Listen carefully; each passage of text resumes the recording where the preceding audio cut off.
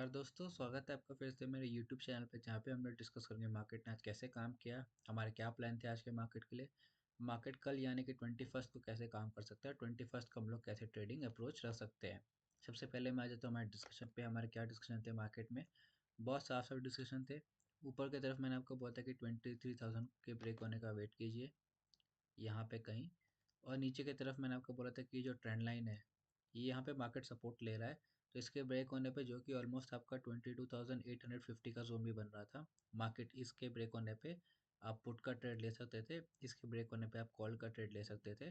Gap up gap down में हमारा बिल्कुल सेम सेट ट्रेड का प्लान था कि ऊपर कॉल नीचे पुट, ये प्लान था। देख लेते हैं मार्केट ने आज किया कैसे। मार्केट ने आज किया क्या, गैप डाउन खोला, गैप डाउन खुल के पहला कैंडल ग्रीन तो बनाया, लेकिन ट्रेंड लाइन के नीचे क्लोजिंग की थी, तो इसलिए 850 के बहुत करीब था। तो अगर आपको यहाँ पे एंट्री किसी ने लिया था इस एसएल के साथ ऑलमोस्ट 880 का, तो बिल्कुल सही किया था मार्केट में, क्योंकि ट्रेंड लाइन के नीचे खुला और पहला जो 5 मिनट कैंडल था क्लोजिंग भी ट्रेंड लाइन के नीचे कर गए। तो कभी कभी क्या होता है, मान लीजिए आपका ये 850 का जोन है या 860 में एग्जांपल लेता हूँ, मार्केट से नीचे खुली लेकिन तुरंत ऊपर आ गई, तो वो हमारे काम का नहीं होता है। लेकिन अगर मार्केट क्या करे, ऊपर खुले 860 तक पहुँचे और यहीं कहीं क्लोज हो जाए, तो फिर एक चांस रहता है कि हाँ, मार्केट अगला कैंडल रेड कैंडल बना के नीचे ट्रेडिंग करना चालू कर सकती है। वरना जो एग्रेसिव है वो लोग क्या कर सकते हैं कि मार्केट 860 पे आए तो वहीं पे आप पुट का ट्रेड ले सकते हैं, क्योंकि फिर आपका 880 का जो एसएल होगा वो एक्टिव रहेगा।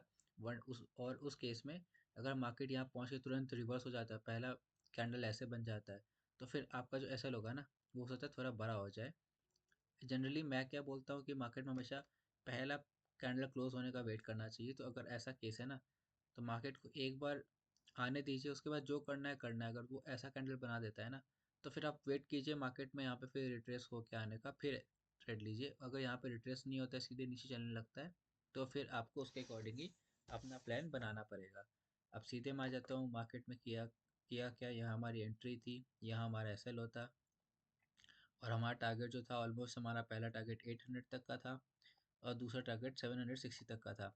मार्केट डेफिनेटली हमारा यहाँ पे एंट्री लेके एसएल लेके उसके बाद हमारा जो टारगेट था वो दिया, लेकिन क्योंकि हमारा एसएल लग गया तो मार्केट में एसएल ही काउंट होता है। और उसके बाद हमारा कोई ट्रेड बना भी नहीं, क्योंकि ना मार्केट में ये जोन फिर ब्रेक हुआ 800 का, और ना हमारा ऊपर के साथ 23,000 ब्रेक हुआ। मैंने आपको कल बोला था कि अगर मार्केट को 23,000 ब्रेक करना है तो फ्लैट या गैप डाउन खोल के वो नहीं कर पाएगा।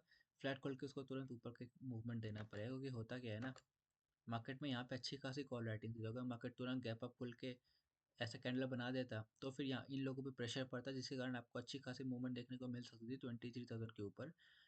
पर क्योंकि मार्केट नीचे खोला, इन पे कोई प्रेशर आया ही नहीं, इसलिए मार्केट ऊपर जाने की कोशिश तो किया, लेकिन यहाँ पे इतनी हैवी राइटिंग थी कि मार्केट उसको ब्रेक नहीं कर पाया। तो सीधे मैं आ जाता हूँ वन डे टाइम फ्रेम पे, कल के मार्केट के डिस्कशन से के लिए कि कैसे हम लोग ट्रेडिंग कर सकते हैं। हमारा एसएल आज लग गया था और कंटिन्यूसली 2 दिन हमारा एसएल लगा है। मार्केट में अगर मैं सारे ट्रेंड लाइन चार्ट हटा दूँ, तो आपको दिखेगा कि मार्केट 22,800 900 जोन को होल्ड करने की कोशिश तो कर रहा है। और यहाँ पे एक बड़ा कैंडल बनने की उम्मीद तो मेरे को भी है, कि मार्केट को अगर ट्रैप भी करना है तो आइडियली उसको, ये डब्लू पैटर्न बना रहा है ना, तो यहाँ पे एंट्री कोई कर रहा है या फिर नहीं कर रहा है, लेकिन जब यहाँ तक मार्केट पहुँचने लगेगा ना धीरे धीरे, तब लोगों की एंट्री चालू हो जाएगी, फिर डाउन मूवमेंट आ जाएगा।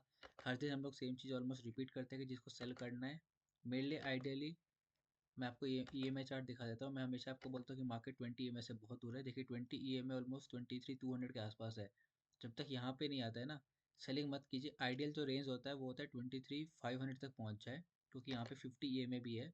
और अगर मैं आपको पास दिखाऊँ मार्केट में, तो मार्केट ने देखिए मल्टीपल टाइम्स यहाँ पे एक बार 50 ईएमआई को क्रॉस करके, एक केस है जहाँ पे इसने क्रॉस किया था फिर नीचे आया था, वरना देखिए 50 ईएमआई पे हर्डल लिया, यहाँ पे 50 ईएमआई पे हर्डल लिया, और यहाँ पे भी हो सकता है मार्केट 50 ईएमआई पे हर्डल ले ले, जिसके बाद हम लोग को अच्छा ट्रेड मिल सकता है। और ये 0.61 जोन भी है, जो कि मार्केट का लास्ट रेंज ऑफ रेजिस्टेंस होता है। तो अगर मार्केट इसको ब्रेक कर देता है, फिर ये ऊपर की तरफ जा सकता है, फिर हम लोग कह सकते हैं ट्रेंड चेंज हो गया है। लेकिन जब तक मार्केट अभी 50 डे ईएमए और 0.61 के जोन को क्लियर नहीं करता है, तब तक हमारा कोई चांस नहीं है। तो मैं आ जाता हूँ डिस्कशन पे। वन डे टाइम फ्रेम पे हमारा समरी यही है कि मार्केट होल्ड करने की कोशिश कर रहा है। मेरे लिए अच्छा केस हुआ कि मार्केट इस जोन पे आके फिर नीचे जाए, वरना सीधा यहाँ पे ब्रेक कर देता तो फिर मेरे लिए एसएल बहुत बड़ा हो जाएगा, इसलिए मैं इंटरेस्टेड नहीं हूँ। 5 मिनट का टाइम फ्रेम पे इंट्राडे एनालिसिस करूँ मैं कल के मार्केट के लिए कि कैसे हम लोग ट्रेडिंग कर सकते हैं। तो देखिए EMA चार्ट को एक बार मैं हटा देता हूँ यहाँ से, और देखते हैं हमारे लेवल क्या बनते हैं कल के लिए। ऊपर की तरफ देखिए 960 का जोन आप पकड़ के रखिए, 960 को ब्रेक करेगा ना तो फिर आपको कोई ट्रेड देखने को मिल सकता है, क्योंकि मार्केट ने यहाँ पे लास्ट टाइम भी रजिस्टर्स लिया था देखिए। तो 960 ब्रेक होगा ना तो उससे होगा क्या, यहाँ पे जो 950 900 पे जो लोगों ने सेल करके रखा है उनके ऐसे लगेंगे। फ्लैट खोल के मार्केट 960 को ब्रेक करता है, हम लोग कॉल साइड बैठेंगे, हमारा टारगेट होगा 23,080 का सीधे डायरेक्टली। नीचे की तरफ मार्केट जब तक 22,860 को ब्रेक नहीं करता है पुट का ट्रेड कोई नहीं बनेगा। इसको ब्रेक करते तो मार्केट में पुट का ट्रेड बनेगा, जो कि पहला टारगेट 22,800, दूसरा टारगेट 22,720 के लिए जा सकता है। तो यही डिस्कशन था हमारा, ये हमारा 22,960 से लेकर 22,860 100 पॉइंट्स का जो जोन है, ये नो ट्रेडिंग जोन है। 960 को ब्रेक करेगा तो हम बैठेंगे 2380 के लिए, और 860 को ब्रेक करेगा तो हम बैठेंगे 22,800 के लिए। बहुत साफ साफ डिस्कशन था हमारा, दोनों तरफ हमारा 30 पॉइंट्स कैसे रहेगा। ऑप्शन चेन देख लेता हूँ एक बार, ऑप्शन चेन में हमको क्या दिखाई पड़ रहा है। आज तो मार्केट की एक्सपायरी थी, तो हमको नेक्स्ट वीक का देखना पड़ेगा, जो कि मंथली एक्सपायरी भी है। मंथली एक्सपायरी में देखिए कॉन्ट्रैक्ट दोनों तरफ बने, जो कि बहुत ऑब्वियस सी बात थी, क्योंकि मार्केट आज साइडवेज रहा था। पुट साइड मेरे को आउट ऑफ द मनी थोड़ी राइटिंग दिख रही है, पर मोस्टली जो राइटिंग है ना वो इन द मनी है। बहुत ज़्यादा तो नहीं, पर इन द मनी थोड़ी राइटिंग हुई है। कॉल साइड में एग्रेसिव राइटिंग 23,000 पे है। उसके अलावा मेरे को बहुत एग्रेसिव राइटिंग कहीं दिख नहीं रही। 23,200 पे है, और फिर 23,500 पे है। इन द मनी लोगों ने यहाँ पे 23,900 पे राइटिंग की, ये तो एट द मनी हो गया, पर इन द मनी किसी ने खास राइटिंग की नहीं है अगले हफ्ते के लिए दोनों साइड। जिसका ये साफ साफ मतलब समझ में आ रहा है कि अगर मैं समराइज़ करूँ तो देखिए 23,000 का स्ट्रगल तो दोनों तरफ लोगों ने बना के रखा है, एंटिसिपेशन की मार्केट फ्लैटिकल खोलेगा।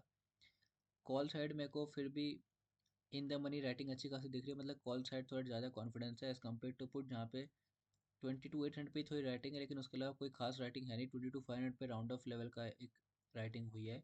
Out of the money writing ना कॉल में की गई है ना पुट में की गई है। दोनों तरफ आपको लोग एंटिसिपेट ही कर रहे हैं कि जिस तरफ ब्रेकआउट होगा उस तरफ बैठेंगे। ऊपर की तरफ 23 ब्रेकआउट होगा तो इन पे प्रेशर आएगा, जिसके कारण आपको 23,100 तक का मूवमेंट मिल सकता है। नीचे की तरफ 22,850 या 22,950 का जोन क्लियर होगा तो इन पे प्रेशर पड़ेगा, जिसके कारण आपको 22,800 तक मूवमेंट देखने को मिल सकता है।